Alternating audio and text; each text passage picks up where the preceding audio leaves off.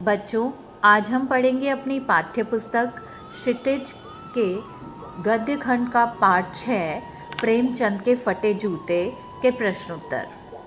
प्रश्न 1। हरिशंकर परसाई ने प्रेमचंद का जो शब्द चित्र हमारे सामने प्रस्तुत किया है उससे प्रेमचंद के व्यक्तित्व की कौन कौन सी विशेषताएं उभर कर आती हैं। उत्तर। प्रेमचंद के व्यक्तित्व की निम्नलिखित विशेषताएं हमारे सामने उभर कर आती हैं। पहला, उनका जीवन सीधा सादा और सरल था। बनावट से वे कोसों दूर रहते थे। दूसरा, वे स्वाभिमानी थे, कभी किसी से कुछ नहीं मांगते थे। तीसरा, वे धन को अधिक महत्व नहीं देते थे। चौथा, उनका लेखन समाज केंद्रित होता था।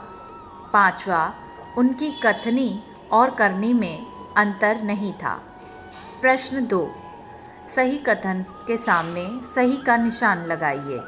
पहला, बाएं पांव का जूता ठीक है मगर दाहिने जूते में बड़ा छेद हो गया है जिसमें से अंगुली बाहर निकल आई है। यह कथन गलत है। दूसरा, लोग तो इत्र चुपड़कर फोटो खिंचाते हैं जिससे फोटो में खुशबू आ जाए।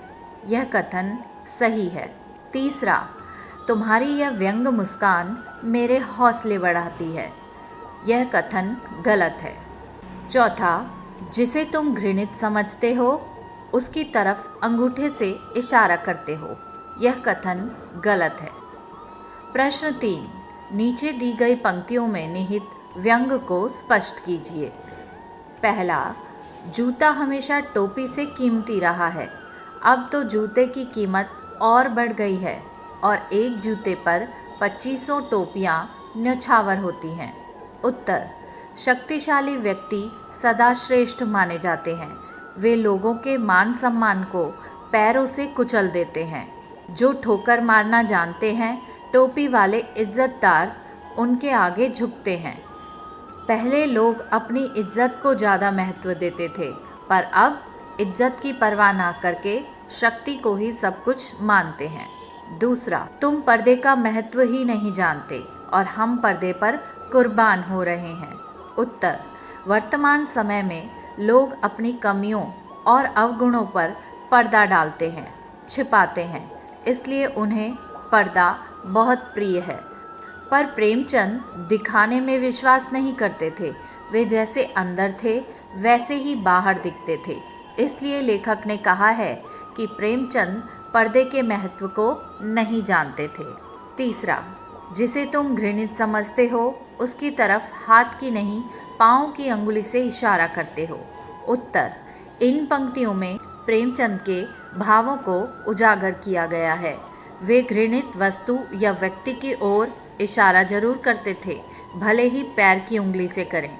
वे बुराई का विरोध करते थे और सच कहने से नहीं घबराते थे। प्रश्न 4। पाठ में एक जगह पर लेखक सोचता है कि फ़ोटो खिंचाने की अगर यह पोशाक है तो पहनने की कैसी होगी, लेकिन अगले ही पल वह विचार बदलता है कि नहीं, इस आदमी की अलग अलग पोशाकें नहीं होंगी। आपके अनुसार इस संदर्भ में प्रेमचंद के बारे में लेखक के विचार बदलने की क्या वजह हो सकती है? उत्तर। लेखक के विचार बदलने के 2 कारण हो सकते हैं।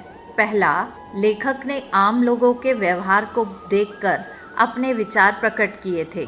अधिकतर लोग घर में पहनने और बाहर पहनने के कपड़ों में अंतर करते हैं, परंतु प्रेमचंद सभी से अलग थे।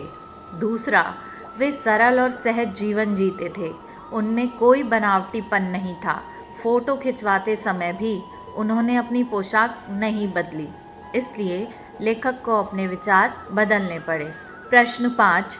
आपने यह व्यंग पढ़ा। इसे पढ़कर आपको लेखक की कौन कौन सी बातें आकर्षित करती हैं? उत्तर।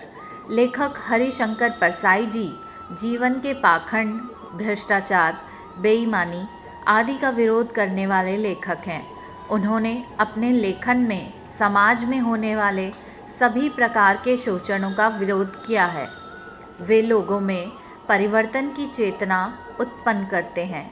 आम बोलचाल की भाषा का प्रयोग कर बड़ी से बड़ी बात को भी अत्यंत सहजता से कह देते हैं। प्रश्न 6, पाठ में टीले शब्द का प्रयोग किन संदर्भों को इंगित करने के लिए किया गया होगा? उत्तर, पाठ में टीले शब्द का प्रयोग ताकतवर विरोधियों के लिए किया गया है। आम व्यक्ति इनसे बचकर निकलना पसंद करते हैं, पर प्रेमचंद जैसे व्यक्ति इन जैसे टीलों से बचते नहीं हैं। वे इन्हें अपने जूते की ठोकर से ध्वस्त कर अपना रास्ता बनाते हैं।